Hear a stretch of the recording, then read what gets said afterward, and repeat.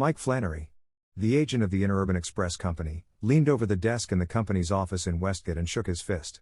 Mr. Morehouse, angry and red, stood on the other side of the desk shaking with fury. The argument had been long and hot.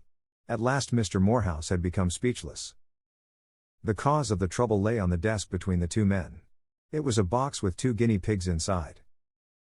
"Do as you like, then," shouted Flannery. "Pay for them and take them. Or don't pay for them and leave them here. Rules are rules, Mr. Morehouse. And Mike Flannery is not going to break them." "But you stupid idiot," shouted Mr. Morehouse, madly shaking a thin book beneath the agent's nose. "Can't you read it here, in your own book of transportation rates? Pets, domestic, Franklin to Westgate, if correctly boxed, 25 cents each." He threw the book on the desk. "What more do you want? Aren't they pets? Aren't they domestic? Aren't they correctly boxed? What?" He turned and walked back and forth rapidly, with a furious look on his face. "Pets," he said. "Pets. 25 cents each. 2 times 25 is 50. Can you understand that? I offer you 50 cents. Flannery reached for the book. He ran his hand through the pages and stopped at page 64. "I don't take 50 cents, he whispered in an unpleasant voice. "Here's the rule for it. When the agent be in any doubt about which 2 rates should be charged on a shipment, he shall charge the larger. The person receiving the shipment may put in a claim for the overcharge. In this case, Mr. Morehouse, I be in doubt. Pets them animals may be. And domestic they may be. But pigs I'm sure they do be. And my rule says plain as the nose on your face, pigs, Franklin to Westgate, 30 cents each." Mr. Morehouse shook his head savagely. "Nonsense!" he shouted. "Confounded nonsense, I tell you. That rule means common pigs, not guinea pigs." "Pigs is pigs," Flannery said firmly. Mr. Morehouse bit his lip and then flung his arms out wildly. "Very well," he shouted. "You shall hear of this.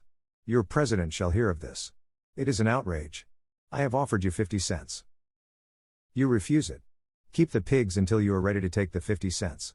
But, by George, sir, if one hair of those pigs' heads is harmed, I will have the law on you." He turned and walked out, slamming the door. Flannery carefully lifted the box from the desk and put it in a corner. Mr. Morehouse quickly wrote a letter to the president of the Transportation Express Company. The president answered, informing Mr. Morehouse that all claims for overcharge should be sent to the claims department. Mr. Morehouse wrote to the claims department. 1 week later he received an answer. The claims department said it had discussed the matter with the agent at Westgate. The agent said Mr. Morehouse had refused to accept the 2 guinea pigs shipped to him. Therefore, the department said, Mr. 6 Morehouse had no claim against the company and should write to its tariff department. Mr. Morehouse wrote to the tariff department. He stated his case clearly. The head of the tariff department read Mr. Morehouse's letter. Guinea pigs, he said. Probably starved to death by this time. He wrote to the agent asking why the shipment was held up. He also wanted to know if the guinea pigs were still in good health. Before answering, Agent Flannery wanted to make sure his report was up to date. So he went to the back of the office and looked into the cage. Good Lord! There were now 8 of them. All well and eating like hippopotamuses. He went back to the office and explained to the head of the tariff department what the rules said about pigs. And as for the condition of the guinea pigs, said Flannery, they were all well. But there were 8 of them now, all good eaters. The head of the tariff department laughed when he read Flannery's letter. He read it again and became serious.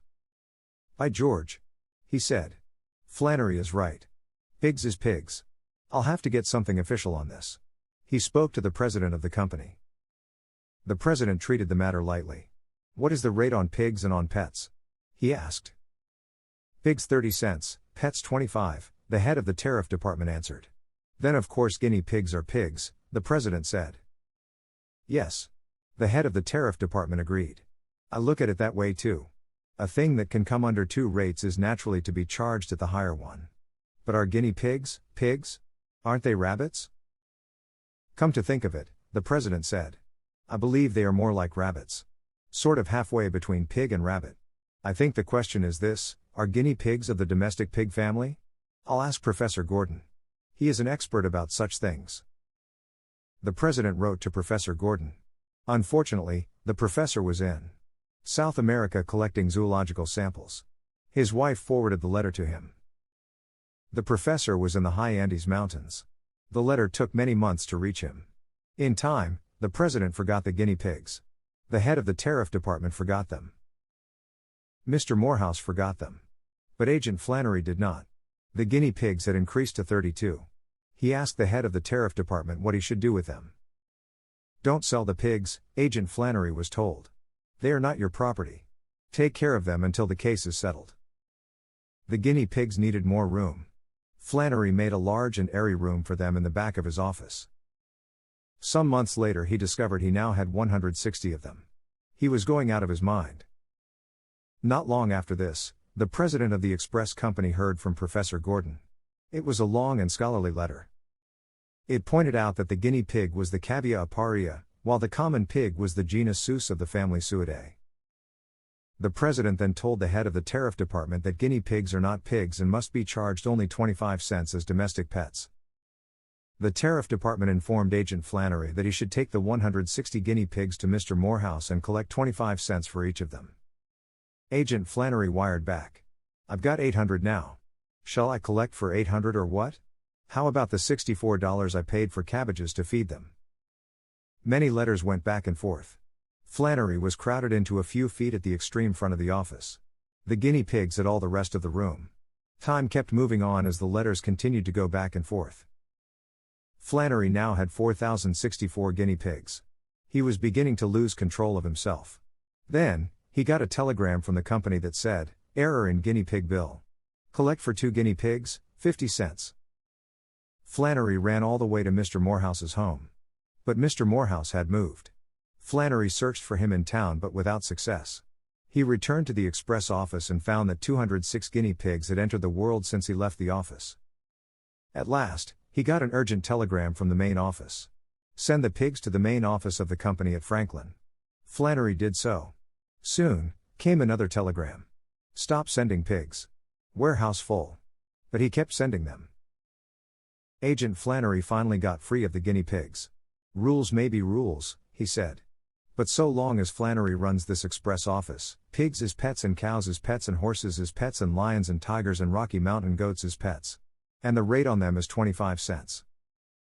Then he looked around and said cheerfully, "Well, anyhow, it is not as bad as it might have been.